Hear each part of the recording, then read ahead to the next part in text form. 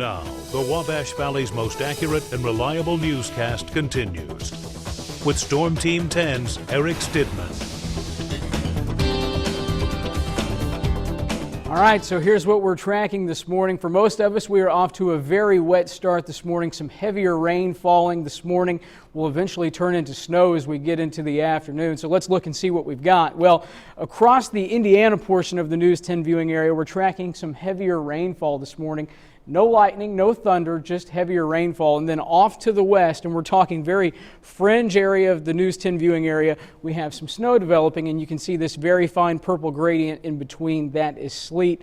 I'm not thinking a whole bunch of sleet for the Wabash Valley directly. I'm thinking issues like this are going to push off to the north. Well, let me step out here and we'll get a closer view of a blizzard warning that we have in effect in the counties you see here on your screen. This is 9 p.m. Central Time. We're talking about some heavier snowfall as well as some blowing snow, and then also whiteout conditions possible, winds gusting possibly at 45 miles per hour. So we're talking about Edgar County, Coles County, Cumberland County in Illinois. Now here's the bigger picture, and this is a little confusing.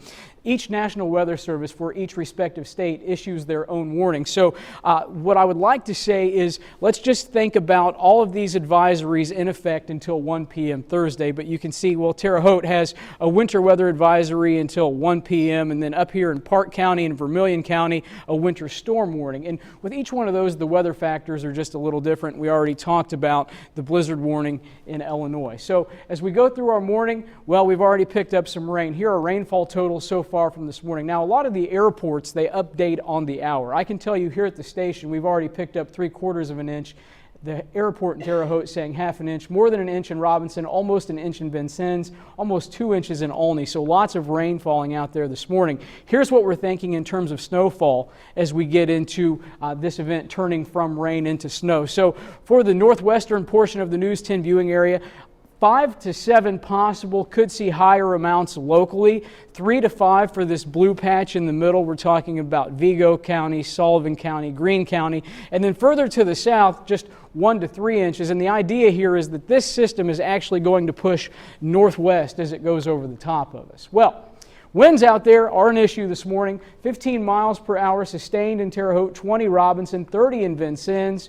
And temperatures, okay, we can calm down just a little bit to talk about the temperatures. 35 in Terre Haute, 33 Rockville, 37 in Vincennes.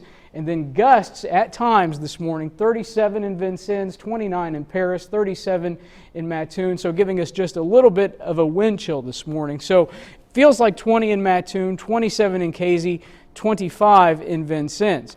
So let's start talking about what happens next. So here's 7 o'clock this morning on Futurecast, and you can see that very nice gradient across the Wabash Valley. Well, as we go into our afternoon hours, we will gradually see the snow or the rain turn into snow.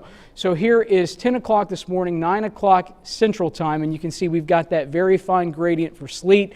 I think Futurecast is being a little friendly with this. We don't quite have the right air conditions to see that sleet, but again, it is a possibility. As we move into the afternoon, this event will turn into all snow, and then we start talking about accumulations. So what are we talking about by the way of accumulations?